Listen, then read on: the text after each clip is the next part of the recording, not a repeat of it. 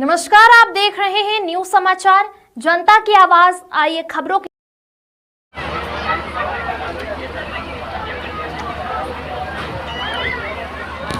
इस आजमगढ़ ने उन्हें मुख्यमंत्री सांसद बनाया तो ना विश्वविद्यालय बन पाया और ना ही एक्सप्रेस वे बना पाए। हमने गैर सैफाई वासी को सांसद बनाया। 2016 में वो लोग 110 मीटर चौड़ा एक्सप्रेसवे बना रहे थे, टेंडर जारी कर दिया था। एक्सप्रेसवे निर्माण में डकैती डालने वाले आज ईमानदारी का ढोंग दिखा रहे हैं। वो मुंबई की डी कंपनी के साथ पार्टनरशिप करते थे, अंडरवर्ल्ड के साठगांठ करते थे। आइए देखते हैं पूरी रिपोर्ट अभिषेक दुबे के साथ। किसी गैर सफाई वासी को यहां से सांसद बना करके भेजने का काम किया था तो भारतीय जनता पार्टी ने ही किया था। भारतीय जनता पार्टी की सरकार ने किया। देखो, निरुवा सांसद बना, नीलम सोनकर सांसद बनी तो विकास आजमगढ़ में द्रुत गति से आगे बढ़ा।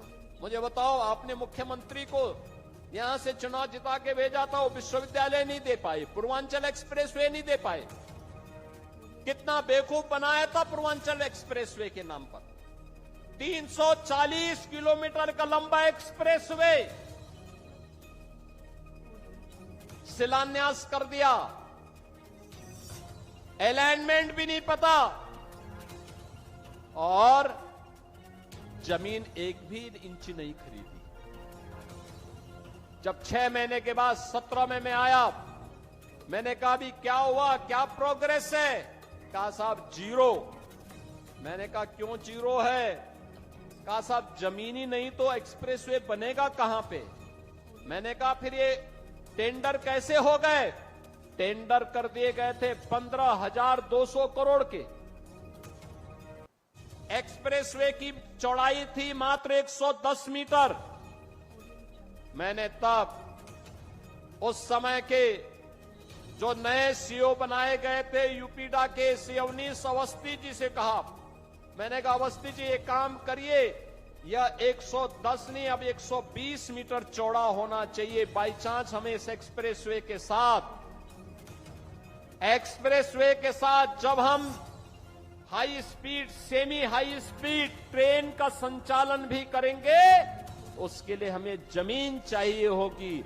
तो एक साथ हम उसके साथ एक्सप्रेसवे के साथ उसको भी दौड़ा सकें।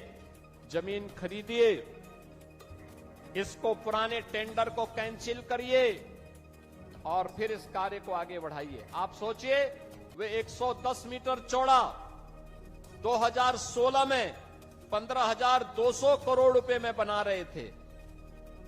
एक भी जमीन नहीं खरीदे, काम प्रारंभ ही नहीं वो कर पाए, टेंडर आवंटित कर दिए। हम लोग आए, हमने कैंसिल किया, जमीन खरीदना प्रारंभ किया और जमीन खरीदने के बाद जब हम लोगों ने टेंडर किए तो बहन और भाइयों, वही एक्सप्रेसवे 11,800 करोड़ रुपए में बना करके हमने समर्पित कर दिया। ये 3,000 4,000 करोड़ रुपए की जो डकैती डाल रही थे, कौन डाल रहे थे? ये वही लोग हैं जो आज आपको गुमराह करने के लिए फिर से ईमानदारी का चेहरा दिखाने के लिए आपके पास आएंगे। तब तो इन्होंने पूर्वांचल एक्सप्रेसवे नहीं बनाया, महाराज सोहेल देव के नाम पे विश्वविद्यालय नहीं बनाया, वे विकास नहीं करते थे। वे तो मुंबई की डी कंपनी को पालते थे, डी कंपनी को, दाऊद गिरोह को पालते थे, पार्टनरशिप करते थे, उनके साथ मिलकर के बंदर बांट करते थे, सुरक्षा में सेंध लगाते थे। कोई आतंकी वारदात होती थी, बदनाम आजमगढ़ होता था, पहचान का संकट मेरे इन नौजवानों के सामने आता था। आज तो ऐसा नहीं है। देश की सुरक्षा में सेंध कोई लगाएगा तो आजमगढ़ की पहचान पे संकट नहीं आएगा, बल्कि संकट पैदा करने वाले को पहले से ही जहन्नुम का टिकट दे दिया जाएगा कि जाओ भाई,